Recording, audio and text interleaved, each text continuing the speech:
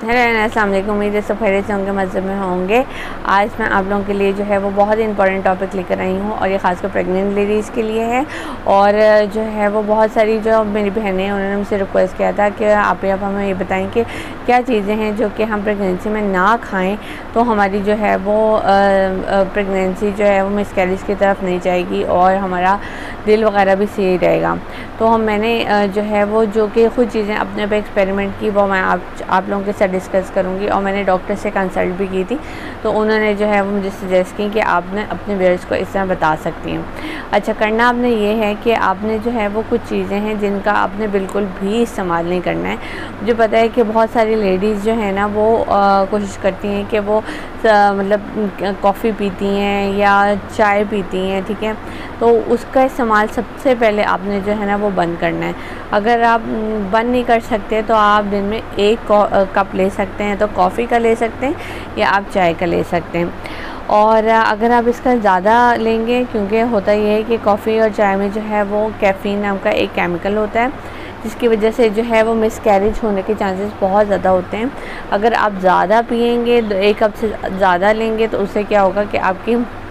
जो है ना बेबी है वो भी डिस्टर्ब होगा और हो सकता है कि मिसकैरेज भी हो सकता है। तो इस वजह से ये है कि आपने चाय या कॉफ़ी इसका आपने जो है वो सिर्फ एक कप लेना है दिन में और कोशिश करनी है इससे ज़्यादा नहीं लेना है, अदरवाइज़ आपने अवॉइड करना है। दूसरी चीज़ है वो ये है कि अंडे, ठीक है, एग्स आपने कोशिश करनी है कि अंडों का इस्तेमाल जो है वो कम से कम करना है। खासकर फर्स्ट ट्राइमेस्टर में जो है ना, जो 1 से 3 मंथ तक का होता है, उसमें आपने बहुत ज़्यादा कम यूज़ करना है। उसकी वजह ये है कि आपने अगर आप उसको यूज़ करते हैं ना बहुत ज़्यादा, तो आपको आपके जिस्म में गर्मी हो सकती है और आपको मिसकैरेज के चांसेस हो सकते हैं। लेकिन अगर आप एक यूज़ करेंगे तो उससे जो है इतना ज़्यादा इफेक्ट नहीं पड़ेगा और वो आपको जो है प्रोटीन भी देगा, आपको विटामिन B3 भी देगा और उसमें काफ़ी ज़्यादा अमाउंट में एंटीऑक्सीडेंट होते हैं जिसकी वजह से आपकी प्रेगनेंसी स्मूथ भी हो सकती है। लेकिन अगर आप जो है अंडर कुक्ड या आप रॉ जो एग है ना, कच्चा अंडा, वो अगर आप किसी भी सूरत में लेंगे ना तो उसमें जो है ना एक केमिकल होता है जिसका नाम जो है वो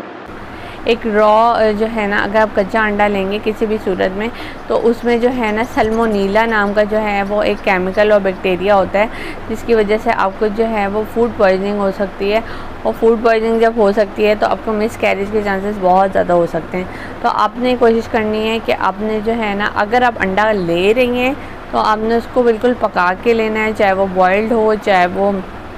कुक्ड हो, लेकिन बिल्कुल भी कच्चा अंडा नहीं लेना। अगर आप कच्चा अंडा लेंगे तो आपके हो सकता है कि प्रेगनेंसी जो है वो मिसकैरेज की तरफ चली जाए।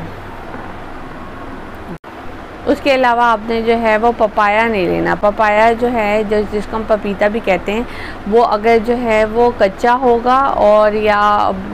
पका हुआ नहीं है प्रॉपर तरीके से और आप उसको खाते हैं तो उसमें जो है एक केमिकल होता है जिसको हम कहते हैं लेटेक्स। लेटेक्स के नाम से जो है केमिकल उसमें पाया जाता है, जिससे क्या होता है कि यूट्रस में जो है वो काफ़ी ज़्यादा कॉन्ट्रैक्शन होती है और कॉन्ट्रैक्शन होने की वजह से जो है वो मिसकैरेज के चांसेस बहुत ज़्यादा बढ़ जाते हैं। तो हमने कोशिश करनी है कि जो लेटेक्स नाम का जो एक केमिकल है वो अपनी बॉडी में नहीं जाने देना और कोशिश करें कि उस पपीते को जो है वो उतनी देर तक के लिए आप अवॉइड करें जब तक आपके ट्राइमेस्टर आगे गुजर नहीं जाते। हमने कोशिश ये करनी है कि हमने पाइनएप्पल नहीं लेना। पाइनएप्पल जो है वो मुझे पता है बहुत सारी जो ख़वातीन हैं उनको बहुत अच्छा लगता है और दिल करता है, क्योंकि वो खट्टा मीठा सा होता है, उसका टेस्ट बहुत ऐसे मीठा मीठा सा लगता है, खट्टा भी लगता है और प्रेगनेंसी में ऐसी चीज़ें बहुत ज़्यादा अच्छी लगती हैं। तो आपने कोशिश करनी है कि आपने अनानास बिल्कुल भी नहीं लेना, क्योंकि इसमें एक केमिकल होता है जिसको हम कहते हैं प्रोमोलिन, और प्रोमोलिन के केमिकल की वजह से क्या होता है कि आपकी जो यूट्रस है ना उसकी जो है नॉर्मल कॉन्ट्रैक्शन होने लग जाती है, चाहे वो आपका फर्स्ट मंथ है या चाहे वो आपका सेकंड मंथ है। आपने जो है वो कोशिश करनी है कि आपने नहीं लेना है, इस अवॉइड करना है, क्योंकि अगर आप लेंगे तो हो सकता है कि आपके सेकंड ट्राइमेस्टर में भी अगर आप लेते हैं और आपको कॉन्ट्रैक्शन होती हैं तो उससे क्या होगा कि आपकी जो है वो मिसकैरेज होने के चांसेस बहुत ज़्यादा बढ़ सकते हैं। नेक्स्ट फूड जो है वो है इमली, जिसको हम टारमेंट भी कहते हैं, और इमली का भी इस्तेमाल आपने बहुत कम करना है क्योंकि इमली जो है वो अच्छी बहुत लगती है। बहुत सारे लोग कहते हैं कि जो है वो इमली कच्ची इमली आप मुंह में डाल लो और आप जो है आपका दिल सही हो जाएगा, क्योंकि शुरू में आपके जो दिल होता है ना, आपको बहुत ज़्यादा नौजिया हो रहा होता है और आपको जो है ना वॉमिट वगैरह की भी फीलिंग आ रही होती है, तो हमने कोशिश ये करनी है कि आपने इमली का नहीं यूज़ करना। उसकी वजह ये है कि इमली जो है वो क्या करता है कि ये प्रोजेस्टेरॉन लेवल जो है ना वो आपको बढ़ा देता है, और उसके बढ़ने से क्या होता है कि आपकी प्रेगनेंसी के चांसेस जो होते हैं वो कम से कम हो जाते हैं, और वो जो प्रेगनेंसी आपने अचीव की हुई है वो जो है मिसकैरेज की तरफ जा सकती है बहुत जल्दी। तो आपने कोशिश करनी है इमली का इस्तेमाल नहीं करना, लोगों की बातें हमने नहीं सुननी, अपनी बात और अपने दिल से जो है वो सोचें और दिमाग से सोचें और फिर हर चीज़ का इस्तेमाल करें।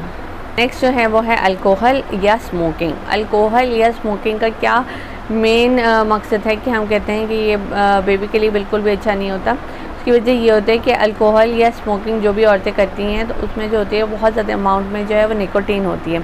अब जब निकोटीन होती है ना वो आपके प्लेसेंटा से जो है ना वो गुज़र जाती है, और जब गुज़र जाती है तो वो बेबी तक जाती है, और उस वजह से जो है वो मिसकैरेज होने के चांसेस बहुत ज़्यादा हो जाते हैं। तो आपने कोशिश करनी है कि जैसे ही आप प्रेग्नेंट हुए हैं आपने स्मोकिंग और अल्कोहल का इस्तेमाल बिल्कुल ख़त्म कर देना है, और जो है ना बिल्कुल भी, बल्कि इवन आपके अगर हस्बैंड वगैरह भी पी रहे हैं तो कोशिश करें कि आप उनसे दूर हो जाएं, और वरना ये कि उसके बहुत सारे साइड इफ़ेक्ट्स आपकी बेबी पे जा सकते हैं और उसको एस्थमा का भी प्रॉब्लम हो सकता है। नेक्स्ट फूड जो है वो है बैंगन, जिसको जो है ब्रिंजल भी कहते हैं। बैंगन का इस्तेमाल आपने नहीं करना, क्योंकि बहुत सारी जब प्रेगनेंसी आपकी आगे चल रही होती है तो आपको जो है एसिडिटी का मसला आ रहा होता है और आपको कब्ज़ या कॉन्स्टिपेशन का मसला आ रहा होता है, तो आपने कोशिश करनी है कि आपने इसको भी इस्तेमाल नहीं करना है। बिल्कुल कोशिश करें कि ख़त्म कर दें। कुछ महीनों की बात है, आपकी प्रेगनेंसी जो है वो सक्सेसफुल चलती रहेगी, अदरवाइज़ जो है बहुत सारे इश्यूज़ आपके प्रेगनेंसीज़ के साथ हो सकते हैं और आपकी अपनी हेल्थ भी जो है वो जा सकती है। तो आपने कोशिश करनी है कि आपने जो है वो बैंगन का इस्तेमाल बिल्कुल नहीं करना। ये भी चीज़ें आपने अवॉइड करनी है टिल एंड तक प्रेगनेंसी के। उसके बाद आपने जो है वो रॉ खाना बिल्कुल भी नहीं खाना है। पुराना खाना और रॉ खाना बिल्कुल नहीं खाना है। रॉ खाना वो होता है जैसे सुशी है, ये जो रॉ मीट है, जैसे स्टेक्स वगैरह मिलते हैं, तो आपने जो है वो कोशिश करनी है कि इन दिनों में जो है वो इस खाने को अवॉइड करना है, क्योंकि जो सुशी है बेशक उनका बैक्टीरिया वगैरह पका हुआ होता है और वो कुक्ड होता है, लेकिन वो फिर भी अंदर से काफ़ी हद तक कच्ची होती है और बहुत सारी औरतों को पसंद भी होती है। तो आपने कोशिश करनी है कि आपने वो भी यूज़ नहीं करनी है और उनको भी आपने बहुत ज़्यादा अवॉइड करना है। ओके, जो नेक्स्ट चीज़ है वो ये है कि क्या आपने कार्बोनेटेड ड्रिंक्स जो हैं उनका जो है बिल्कुल भी इस्तेमाल नहीं करना है, क्योंकि उसमें बहुत ज़्यादा अमाउंट में शुगर होती है और शुगर की वजह से आपके वेट बढ़ने का जो है वो चांसेस बहुत ज़्यादा होता है, और जैसे वेट बढ़ता है तो उसमें जो है वो आपकी जो है प्रेगनेंसी जो है वो उसमें फिर मिसकैरेज होने के चांसेस ज़्यादा होते हैं। तो हमने कोशिश ये करनी है कि आपने जो कार्बोनेटेड ड्रिंक्स हैं उनका भी इस्तेमाल बिल्कुल नहीं करना है और उसको जो है वो अवॉइड करना है। डेट्स, ठीक है, डेट्स आपने जो है जिसको हम खजूर भी कहते हैं उसका इस्तेमाल बहुत अच्छा होता है प्रेगनेंसी में, लेकिन आपने जो है डेट्स को 2 डेट्स से ज़्यादा नहीं खानी है, क्योंकि excessive of everything is bad. तो अगर आप उसका बहुत ज़्यादा इस्तेमाल करेंगे तो वो उससे क्या हो सकता है कि आपके मिसकैरेज होने के चांसेस ज़्यादा हो सकते हैं, और आपने जो है वो इन चीज़ों को बहुत ज़्यादा अवॉइड करना है। 2 डेट्स से ज़्यादा नहीं लेने। उससे क्या होगा,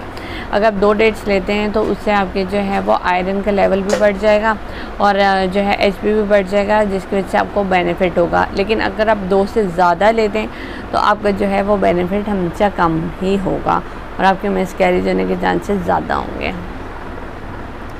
ओके जी, जो लास्ट चीज़ जो है वो मैं आपके साथ शेयर करने लगी हूँ वो ये है कि आपने सॉल्ट और शुगर का इस्तेमाल जो है वो बहुत कम करना है, मतलब एक्सेसिव नहीं करना है सॉल्ट जैसे खाने में ले रहे हैं, क्योंकि उसकी वजह से ये कि आपकी बॉडी में बहुत ज़्यादा सोडियम हो जाएगा और जो है उसमें पानी भी आ सकता है, ज़्यादा खड़ा हो सकता है और आपकी बॉडी का जो वेट है वो ज़्यादा हो सकता है। तो इस वजह से आपने जो है वो अवॉइड करना है सॉल्ट को भी और शुगर को भी, क्योंकि शुगर से वेट गेन हो जाएगा और आपका जो है वो प्रोसेस बहुत लंबा हो सकता है। जो नॉर्मल डिलीवरी का केस है वो नॉर्मल डिलीवरी का केस है वो आपका सी सेक्शन की तरफ जा सकता है। तो अपने एक्सेसिव जो है वो सॉल्ट और शुगर को जो है वो भी आपने अवॉइड करना है। सो ये सारी चीज़ें थी जिनको जो है वो आप अवॉइड करके अपनी प्रेगनेंसी को जो है मिसकैरेज होने से बचा सकते हैं और आपकी जो है वो हेल्थ बहुत अच्छी रह सकती है अंटिल 9 मंथ्स। और जो है वरना अगर आप इन चीज़ों का इस्तेमाल ज़्यादा करेंगे तो आपकी प्रेगनेंसी के चांसेस जो हैं वो ख़त्म हो सकते हैं, मिसकैरेज की तरफ है वो इन चीज़ों को आपने अवॉइड करना है ताकि आपकी प्रेगनेंसी सेफ़ और साउंड आपकी बच्चा जो है वो आपके हाथ में हो। अपना बहुत सारा ख्याल रखिएगा। उम्मीद है आपको मेरी वीडियो हेल्पफुल रही होगी और मेरे चैनल को सब्सक्राइब करना और मेरी वीडियोस को लाइक करना मत भूलिएगा और अपना बहुत सारा ख्याल रखिएगा। नेक्स्ट वीडियो में मिलते हैं। टिल देन अल्लाह हाफिज़।